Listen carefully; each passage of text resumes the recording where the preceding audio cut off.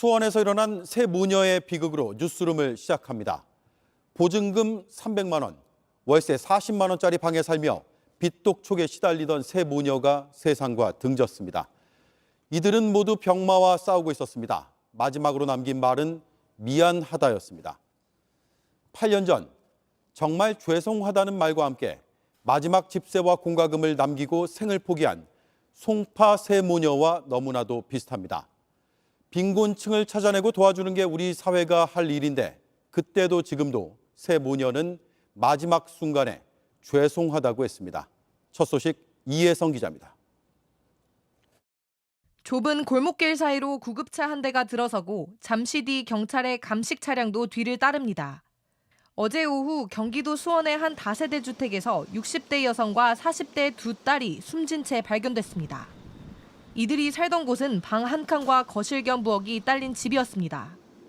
집안은 옷가지와 잡동사니가 뒤섞여 있었고 음식을 해먹은 흔적은 없었습니다. 숨진 세 모녀는 숨지기 전까지 생활고를 겪은 걸로 알려졌습니다. 60대 엄마는 암투병 중이었고 두 딸도 난치병을 앓고 있었습니다. 병원비를 감당하기도 어려웠는데 빚 독촉에도 시달렸던 걸로 알려졌습니다. 하지만 도움을 청할 곳도 이웃과의 접촉도 거의 없었습니다. 어렵죠. 이쪽에 사는 사람들이 저도 다 여기 다 여기 어려운 사람들이죠. 깜짝 놀랐어.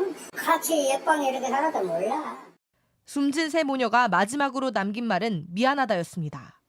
2월 11일 날 내야 되는 저기 월세를 그래서 이제 7월 4일 날 저한테 전화 주셨어요. 병원비 정산하느냐고 여력이 없어서 좀 늦어졌다. 미안하다고 전해달라고. 8년 전 생활고에 시달렸지만 복지 혜택을 받지 못한 채 세상을 등진 송파 세 모녀가 남긴 마지막 말도 죄송하다였습니다. JTBC 이혜선입니다. 그런데 JTBC가 새롭게 취재한 바에 따르면 세 모녀를 죽음의 위기에서 구할 기회는 있었습니다. 지난달 이들은 복지 사각지대 위기가구로 선별돼 관리 대상에 올랐습니다. 담당 공무원이 주민등록상의 주소지에 찾아도 갔습니다. 하지만 거기까지였습니다.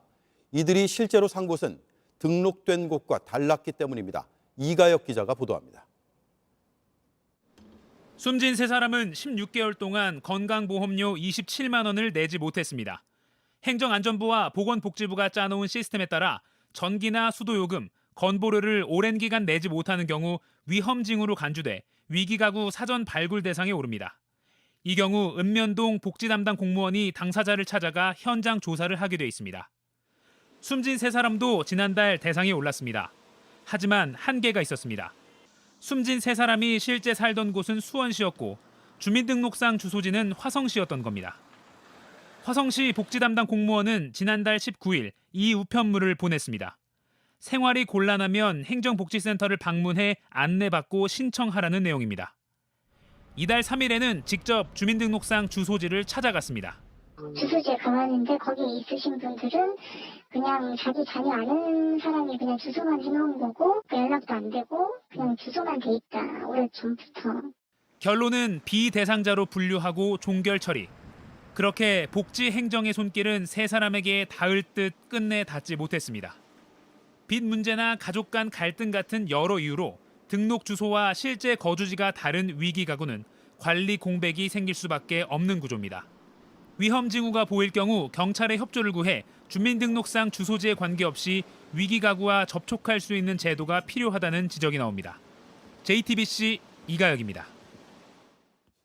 네, 딱 세 가지만 짚고 가겠습니다. 송파 세 모녀 사건 뒤에 과연 뭐가 달라졌는지, 왜 작동을 안 한 건지, 스스로 도움을 요청할 방법은 없었던 건지입니다.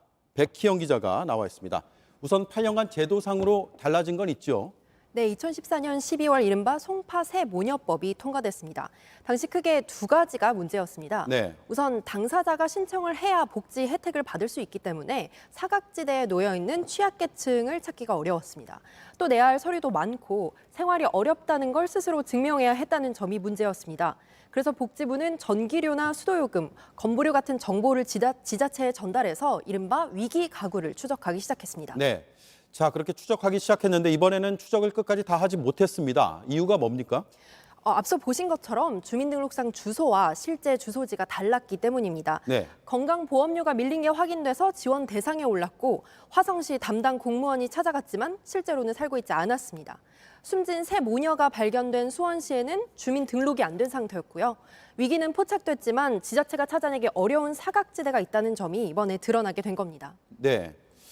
자, 그러면 새 모녀가 직접 도움을 요청했으면 어땠을까 싶은데 그러기 어려운 이유가 있었습니까? 네, 긴급복지지원제도는 예산이 적고 선정 과정이 빡빡합니다.